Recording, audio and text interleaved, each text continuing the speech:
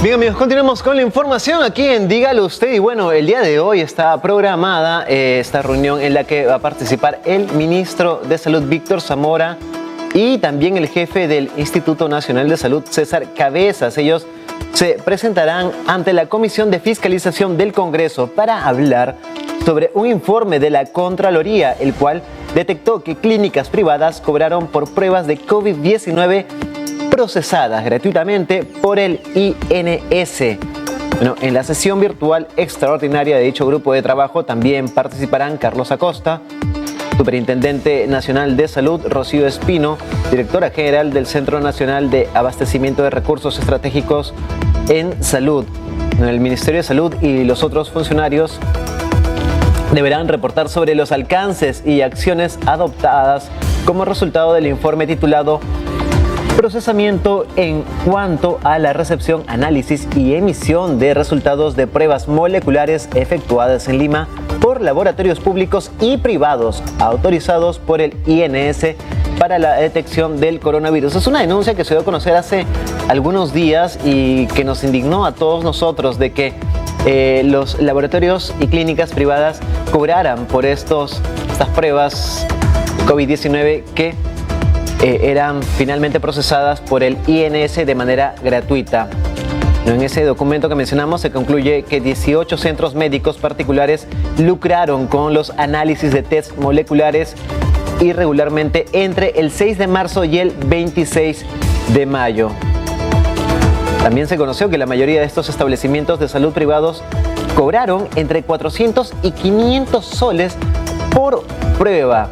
Entonces, ante esta denuncia y este informe emitido por la Contraloría, el ministro de Salud, Víctor Zamora, y el jefe del INS tendrán que presentarse ante la Comisión de Fiscalización. Hay que mencionar, ya para acabar con este tema, que ayer uno de los integrantes de la Comisión de Fiscalización señaló que iba a instar al ministro Víctor Zamora a que inspeccione el hospital de Huaycán por las denuncias que se habían realizado contra el director de dicho nosocomio.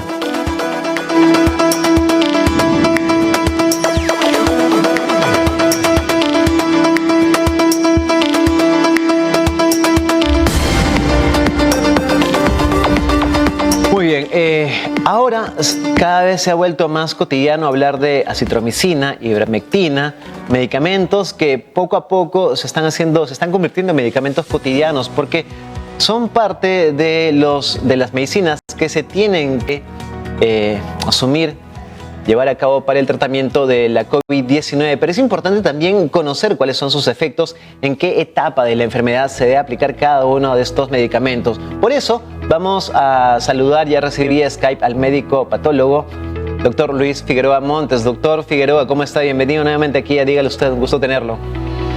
Buenos días y muchas gracias por la invitación. Muy bien, doctor. Son medicamentos que cada día los nombres se nos van haciendo familiares, nos familiarizamos con la acitromicina, ivermectina, pero desconocemos en realidad, por ejemplo, para qué sirven este tipo de medicamentos y en qué etapa de la COVID-19 se deben de suministrar. ¿Podríamos hablar de cada uno de ellos, por favor, empezando por la acitromicina?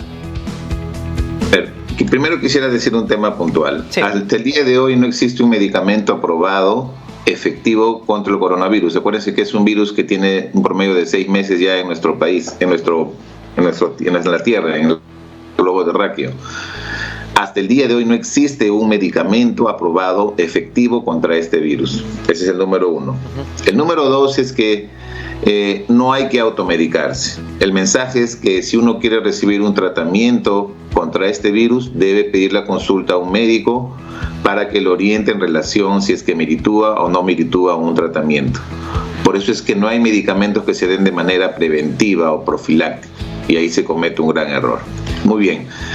En realidad, este virus tiene 3 etapas clínicas bien definidas. La primera etapa es una etapa en la cual el virus va a ingresar a nuestro organismo y va a comenzar a multiplicarse, o lo que nosotros conocimos como replicación. Esta replicación puede demorar un tiempo determinado, digamos, en la primera semana, por decirlo, en los primeros 3, 4 días, la replicación va a comenzar a producir síntomas en el paciente.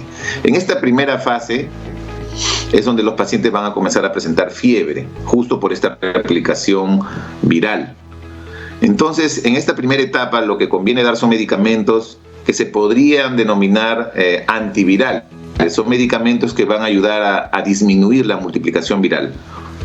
Ojo que la definición antiviral es un medicamento específico para matar el virus. Como ha pasado tan poco tiempo, no existen medicamentos de ese tipo y se están haciendo lo que se conocen como ensayos clínicos o procedimientos para buscar un medicamento ideal para este virus. Sin embargo, se ha visto que algunos medicamentos ya han tenido efecto contra otros virus similares al coronavirus por el parecido que existen en su estructura. Es ahí donde se utilizan medicamentos que han sido aprobados, por ejemplo, por el Ministerio de Salud en la resolución 270, donde han ampliado y han modificado del 8 de mayo, incluyen ya el tratamiento para pacientes leves, moderados o severos. De esos destacan la hidroxicloroquina, la ivermectina y la citromicina. La citromicina es un antibiótico, es decir, es un medicamento que se ha usado por mucho tiempo para matar bacterias. Sin embargo, se ha visto que tienen mecanismos que pueden matar también a virus de diferente forma. Entonces se ha considerado como un medicamento antiviral. Detallar las acciones es de repente ponerlo un poco más complejo en contexto. La idea es que mata al virus, por lo tanto se usa en esta primera etapa. Aparte de que también evita de que existan infecciones bacterianas sobreagregadas a la infección. El otro medicamento de la misma característica es la hidroxicloroquina o la cloroquina, que ya se usa hace más de 60 años para el tratamiento de la malaria. Este medicamento también se ha visto que tiene algún beneficio en relación al tratamiento con coronavirus porque también evita su multiplicación viral. Y de la misma forma está la ivermectina, que es un antiparasitario. Se ha usado para tratamiento de algunos parásitos y in vitro, es decir, en laboratorio, también se ha visto que mata al coronavirus en esta primera etapa. Entonces, en conclusión, en esta primera etapa, que puede ser entre 5 a 7 días, donde lo más característico es la fiebre, en esta fase de multiplicación viral, de replicación viral, estos medicamentos como la citromicina, la hidroxicloroquina, la cloroquina o la ivermectina van a ayudar a matar al virus en la primera etapa.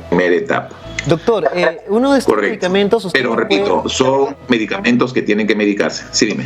Claro, que tienen que ser con receta médica. No puede uno ir a automedicarse. Se necesita una consulta previa para poder saber cuál de estos medicamentos utilizar y también las dosis, ¿verdad? Correcto. Doctor, una consulta. Uno de estos medicamentos, a ver si usted nos puede aclarar, ¿está relacionado con el uso veterinario? La ivermectina, que es el antiparasitario. La ivermectina se ha utilizado por muchos años para tratar algunas infecciones en humanos, la estrongiloidiasis, la oncocistocercosis y otras inclusive que afectan a nivel ocular, en fin. Y también se ha usado de manera veterinaria para matar algunos parásitos en el ganado vacuno, ovino, en fin. Pero hay que diferenciar que eso es de uso veterinario. Yo estoy hablando de la ivermectina de uso humano. Puede ser que el mecanismo, digamos, el componente sea el mismo, pero no hay que confundir. A mí me llamó mucho la atención en un medio de prensa reconocido en nuestro país, que sacó en la primera plana de su revista, publicado que una familia había consumido ivermectina de uso veterinario, y eso no me parece razonable, porque nosotros compramos en las farmacias los medicamentos para humanos, ¿no? Y ahora estos medicamentos se usan con receta médica, entonces hay que tener mucha precaución porque las dosis son diferentes. No es igual la dosis para una vaca que pesa 300 o 500 kilos comparado contra un humano, ¿no? Justamente se lo preguntaba y quería hacer hincapié en este punto para evitar la confusión que puede haber por parte de algún televidente. Doctor, antes de pasar al siguiente grupo de medicamentos en la siguiente fase de la COVID-19, algunas personas pueden asumir que uno de estos 3 medicamentos podría servir si es que los consumimos para evitar contraer el coronavirus? Comenzaba esta breve entrevista con ese tema. Eso es automedicarse. Y la automedicación es peligrosa. Por ejemplo, te voy a poner. Sí. En Estados Unidos un paciente murió porque leyó en un componente que se utiliza como detergente la palabra cloroquina. Ajá. Y esto a raíz que hubo mucha difusión de este medicamento en los Estados Unidos, liderado por un personaje muy conocido. Y murió. Hay gente que inclusive ha tomado otros tipos de componentes de esta perspectiva preventiva, profiláctica, y han tenido complicaciones serias. Por lo tanto, no es recomendable, repito, tomar medicamentos de forma preventiva, asumiendo de que yo voy a tomarlo y ya no me voy a infectar del virus. Eso es un error, porque si nosotros, ojo que hay que tener en claro dos cosas. Hay medidas que se están utilizando no farmacológicas, intervenciones no farmacológicas muy efectivas que evitan la infección, que son lo que ya conocemos: distanciamiento social, uso de mascarilla, sí. Lavado de manos, y ahora se está agregando la protección ocular, es decir, estos protectores oculares. Sí. Esas 4 medidas no farmacológicas previenen la infección del virus si yo lo hago de la manera correcta. La otra son medidas farmacológicas, pero estas medidas farmacológicas se brindan a los pacientes que tienen síntomas, es decir, los sintomáticos. Los pacientes sintomáticos pueden presentar síntomas leves, moderados o severos. Definitivamente los casos severos o graves o moderados van a terminar en los hospitales. Y los casos leves van a ser manejados ya en casa, inclusive con estos kits que están llevando ya los médicos del Ministerio de Salud o de Salud a su casa para que tomen y puedan así evitar una complicación mayor de la infección por el coronavirus. Entonces, no hay que usar estos medicamentos de manera preventiva, asumiendo de que yo no voy a tener después algún problema con el virus. Ese es un error, porque solamente en el momento que lo tome va a hacer efecto y después lo dejo de tomar y puedo adquirir la infección. Pero otro detalle más importante: estos medicamentos se ve que tienen un efecto antiviral a raíz de que se están haciendo estudios. Para encontrar un medicamento pasan muchos años, 2 o 3 años, para encontrar un medicamento efectivo. Pero debido a que estos medicamentos tienen algún tipo de efecto que se ha visto en laboratorio, es decir, se ha hecho de manera experimental con modelos animales, de una manera, recién se está viendo su efectividad en humanos. Y eso va a tomar un tiempo.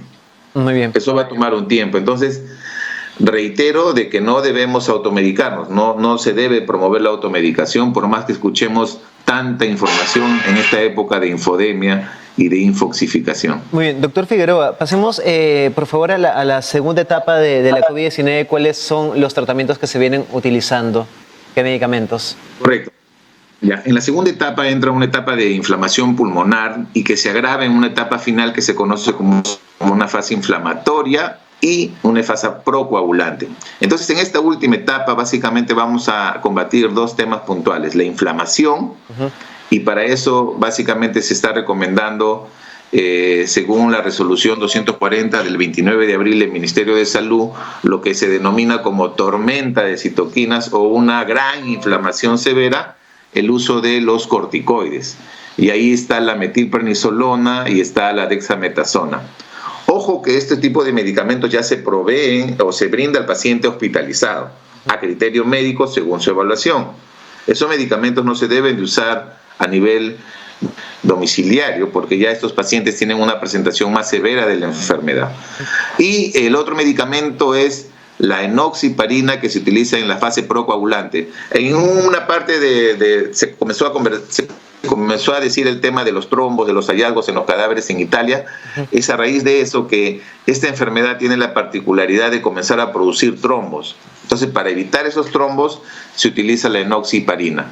Pero como te digo, estos medicamentos se usan ya en los hospitales. Entonces, en la fase final inflamatoria tenemos corticoides y enoxiparina según los medicamentos que usamos en base a nuestra realidad nacional. Ojo que a nivel de países desarrollados existen mucho más medicamentos de diferente tipo que se usan en sus esquemas terapéuticos, pero siendo nosotros realistas, estos son los medicamentos que tenemos para poder atender a nuestros pacientes. Ojo, que también hay que diferenciar que dependiendo del sistema de salud en el país, ya sea seguridad social, ya sea empresas privadas de salud, pueden estar usando en sus esquemas terapéuticos otros tratamientos.